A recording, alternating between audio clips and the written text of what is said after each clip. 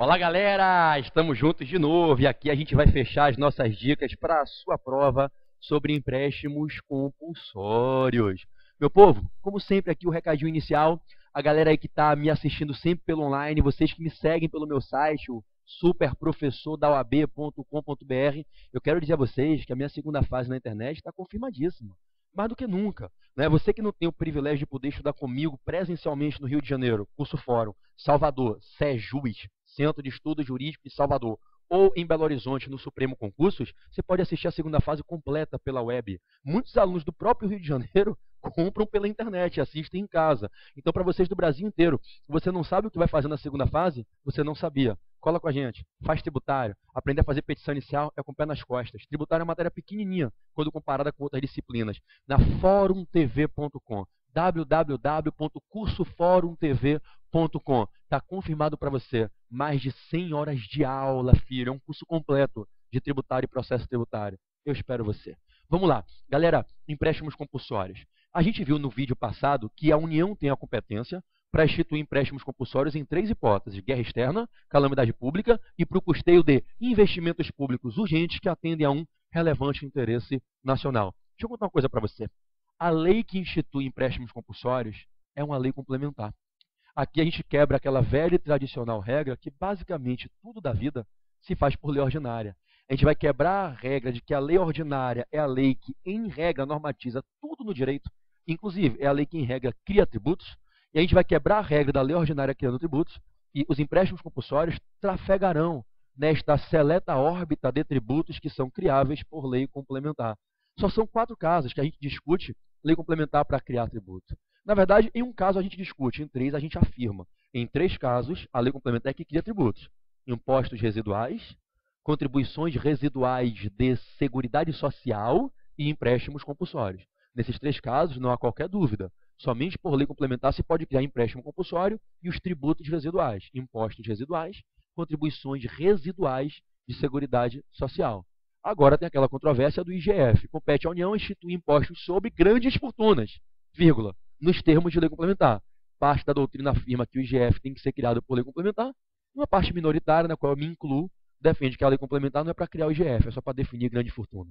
Enfim, independente de qual posição se adote quanto ao IGF, a gente só associa a lei complementar para criar tributo nessas hipóteses: a discussão do IGF, os empréstimos compulsórios, os impostos residuais e as contribuições residuais de seguridade social. Então, na tua prova, empréstimos compulsórios só podem ser criados por lei complementar. Resta lembrar, para o Congresso Nacional aprovar um projeto de lei e instituir empréstimo compulsório, tem que ter quórum de maioria absoluta. Você se lembra das minhas aulas de constitucional, gente? Quando eu dou aquela para vocês de poder legislativo, executivo, judiciário de poderes, em poder legislativo, em processo legislativo, CAP, quórum de aprovação, CAP igual a MAB, maioria absoluta.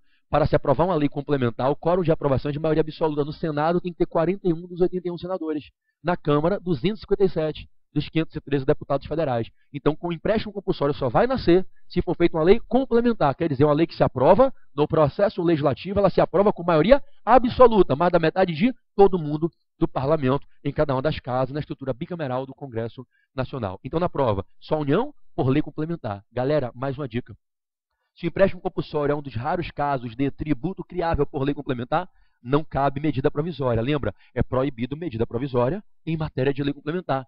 Sempre que a Constituição faz essa reserva e diz essa matéria por lei complementar, você se lembra que não cabe medida provisória. Existe uma expressa vedação no artigo que disciplina as medidas provisórias. Essa vedação foi inteligentemente inserida no dia 11 de setembro de 2001 na Constituição, por via da Emenda Constitucional 32, a reforma das medidas provisórias. Se você for abrir agora a tua Constituição, você vai ver isso. Artigo 62,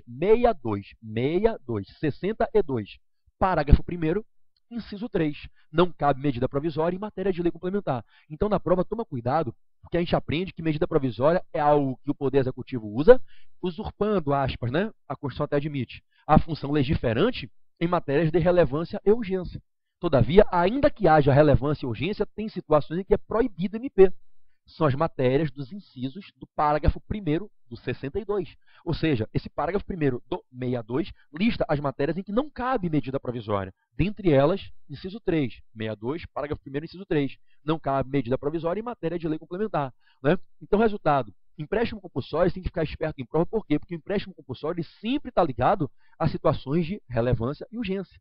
Se você demole, você escorrega na prova, porque o empréstimo compulsório você tem que casos, guerra externa, é relevante e urgente. Calamidade pública, situação relevante e urgente. Olha o nome do investimento, investimento público urgente e relevante, interesse nacional. Então, o examinador, a examinadora podem chegar lá e dizer que vai ser expedido a medida provisória, porque tem relevância e urgência. Não pode. Ainda que haja relevância e urgência, não cabe medida provisória para empréstimo compulsório, porque empréstimo compulsório é tributo de lei complementar. Não dá mole na tua prova com isso, tá legal, filho? Bom, feito esse comentário, queria lembrar você o seguinte, princípio da anterioridade. A gente viu isso na aula de princípios, não foi? Naquelas super dicas de princípios. Se você ainda não viu, entra no meu site, entra no site da Fórum TV, entra no meu site superprofessordaoab.com.br, vai lá nos meus vídeos, mais vídeos de tributário e assiste. Vocês sabem que são mais de 30, 40 vídeos com dicas de tributário que estão aí gratuitamente disponíveis para vocês, né? Eu procuro sempre me doar um pouquinho aqui para ajudar os irmãos, principalmente aqueles que não têm condição financeira de pagar um cursinho, pagar um dos meus cursos. Essa é a minha função aqui de estar ajudando vocês. Vai assistir os vídeos de princípios e lá, no vídeo de princípio da anterioridade, exceções ao princípio da anterioridade, eu lembro vocês o seguinte, atenção, abre o ouvido, cola na telinha, filho. Empréstimos compulsórios criados para guerra externa ou para calamidade pública incidem na hora. Não se aplica nem a regrinha do exercício financeiro seguinte, nem a regrinha do mínimo nonagesimal. Aquelas duas cláusulas temporais, só no ano que vem, mínimo de 90 dias, aquelas duas cláusulas temporais que dimensionam a aplicação do princípio da anterioridade, elas não se aplicam nos empréstimos de guerra e calamidade. Há uma expressa exceção na Constituição. O artigo 150, parágrafo 1º da Constituição. 150, parágrafo 1º, ao consagrar uma série de quebras da aplicação do princípio da anterioridade, de novo, 150, parágrafo 1º, ao consagrar um rol de exceções ao princípio da anterioridade, bota lá claro que não se aplica o princípio da anterioridade. Nem a regrinha do ano seguinte, que está no 153B de bola. Nem a regrinha da noventena, que está no 153C de casa. O 150, parágrafo 1º diz, não se aplica o 153B, não se aplica o 153C aos empréstimos compulsórios do 148, inciso 1. Quais são os empréstimos do 148, inciso 1? Guerra e calamidade. O que é que eu quero concluir? Empréstimos compulsórios criados para custear a despesa de guerra externa ou de calamidade pública, incidência imediata. Agora, pelo amor de Deus, os empréstimos para custear investimentos públicos, gente, ainda que esses investimentos sejam urgentes e atendam a um relevante interesse nacional, filho, nenhuma quebra de anterioridade. Ano que vem e noventena. Ano que vem e noventena. Atenção, por Deus, gente. No artigo 148, inciso 2, onde se autorizam empréstimos compulsórios para o custeio de investimentos, na parte final dele tem uma ressalva que diz: observado o disposto no 153B de bola, regrinha do exercício financeiro seguinte. Isso é inútil, você pode apagar isso. Até porque isso te induz a erro, porque não está escrito e observado o 153C, noventena. Isso te confunde. O aluno lê o 148.2, empréstimo compulsório para investimento, e só vê respeitado o 153 bola, respeitada a regra do exercício financeiro seguinte. Aí ele fala, e a regra da noventena? Também se respeita.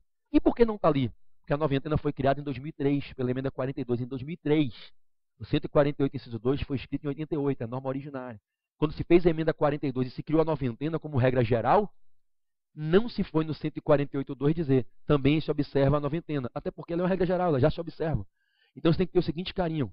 Se eu crio um empréstimo compulsório para investimento público, respeita o ano que vem, 153B, e respeita a noventena, 153C. Sabe por que respeita? Pelo simples fato de existirem as alíneas B e C do 153. E não se deu exceção. As exceções que vão dizer quando não se aplica 153B, 153C, são as exceções do parágrafo 1º do 150. E lá no parágrafo 1º, só se dá exceção ao 153B, ao 153C, para os empréstimos compulsórios do 148.1, guerra e calamidade. Não se tem qualquer exceção para os empréstimos do 148.2, investimentos públicos urgentes, que atendem a um relevante interesse nacional. Então, para a prova, se cair sem medo, empréstimo compulsório para guerra ou calamidade, incide na hora. Para investimento público, ainda que urgente, e ainda que atenda a um relevante interesse nacional, e ainda que isso pareça contraditório, ano que vem e noventena, sem medo. Última. Sempre me perguntam, professor, no caso de uma guerra externa, o empréstimo compulsório é a única via para levantar dinheiro a nível de tributação para custear as despesas de guerra? Não. O empréstimo para a guerra está autorizado no 148, inciso 1. Tendo a guerra, a União pode fazer a lei complementar e criar um empréstimo compulsório. mas também cabem impostos extraordinários para a guerra. Artigo 154, inciso 2. Presta atenção para a gente acabar esse vídeo. A Constituição, numa sagacidade, numa sensibilidade louvável, criou duas competências parecidas, mas não são iguais. A do 148.1 e a do 154.2. Acontecendo a guerra, a União está autorizada a criar tanto empréstimos compulsórios como impostos para levantar dinheiro para a guerra. Qual é a diferença básica? Duas diferenças básicas. Se eu criar empréstimo compulsório, eu tenho que devolver. É emprestado, o povo empresta. Se eu criar impostos, eu não tenho que devolver. Segunda diferença, empréstimos por lei complementar. Não cabe medida provisória. Impostos de guerra não estão na reserva de lei complementar, lei ordinária e pela relevância e urgência notórias, caberia medida provisória. O que é que eu quero botar na tua mente? Tudo que eu vou te falar agora é uma especulação, porque ainda não teve essa guerra, essas competências não foram exercidas, não tem sequer uma lei para o Supremo fazer um controle em abstrato. É tudo especulação, hipotetização doutrinária. Mas o que é que eu quero te dizer, gente? Sem medo para a prova. Havendo a guerra, a União pode criar tanto empréstimos como impostos. Um não exclui o outro. Nenhum problema em eu criar o empréstimo e o imposto em conjunto, inclusive. Como assim? Nenhum problema. Se eu preciso de 100x para a guerra, eu posso criar um empréstimo para arrecadar 50x, um imposto para arrecadar 50x. Eu posso criar 3 empréstimos, cada um dando 20x, e 2 impostos, cada um dando 20x. A Constituição criou competências alternativas, parelhas, e não excludentes. Não tem nenhuma previsão na Constituição de se eu criar um empréstimo compulsório para levantar dinheiro para a guerra, eu não posso exercer a competência do 154.2 e criar imposto. E vice-versa. Então eu posso criar os dois. Veja que a Constituição gera para o governo federal uma inteligente discricionariedade, em que o governo vai decidir de acordo com a conjuntura econômica, com o momento que o país atravessa numa hora dessa, vai analisar a estabilidade da classe média trabalhadora, da classe contribuinte, a estabilidade do Estado e vai decidir quem é que, ao final das contas, vai pagar essa despesa. Se quiser que o povo pague, cobre imposto. O povo pague e não tem devolução. Se quiser que o Estado banque, cobre empréstimo, depois devolve. Se quiser que o povo banque 70% e o Estado 30%, cobra 70% da receita através de impostos extraordinários de guerra, 30% dessa receita através de empréstimos compulsórios para a guerra. O importante é você entender que se criar um empréstimo compulsório, tem que devolver. Se criar imposto, não tem que devolver. E a Constituição permite as duas ferramentas sem excluir uma em relação à outra. Tá legal? Então, sem medo. No caso de uma guerra externa, a União pode criar tanto empréstimos compulsórios como impostos extraordinários e pode, inclusive, cumulá-los, o que, inclusive, seria inteligente. Diferença é que, para criar empréstimo compulsório, só por lei complementar. Para criar impostos de guerra, basta a lei ordinária. Nesse viés, impostos de guerra podem vir por medida provisória. Empréstimos compulsórios para a guerra não podem vir por medida provisória porque são matéria de lei complementar. Empréstimos ensejam restituição, impostos não ensejam restituição. Ok, meus irmãos? Amo vocês, um beijo em seus corações. Aquela frase com a qual eu sempre acabo, né? Eu espero você na segunda fase. Passa na primeira, filho. Passa, vai com garra, vai que nem um tanque de guerra. Estuda com consistência, segue teu plano de estudo. Se ainda não tem, pega lá no meu site, plano de estudo. Cai dentro, passa na primeira fase, vamos gabaritar tributário, é uma matéria apaixonante, apaixonante. Deixa esse bichinho picar você. Me picou, deixa picar você também. Paixão por direito tributário, filho. Paixão por direito tributário. E aí a gente vai passar na segunda fase, vocês vão ver e você vai sair pronto para advogar, para ganhar dinheiro, para se realizar pessoal e profissionalmente, ser feliz com o direito tributário. Amo vocês, meus irmãos. Passem na primeira e eu ajudo vocês a passarem na segunda. Até a próxima.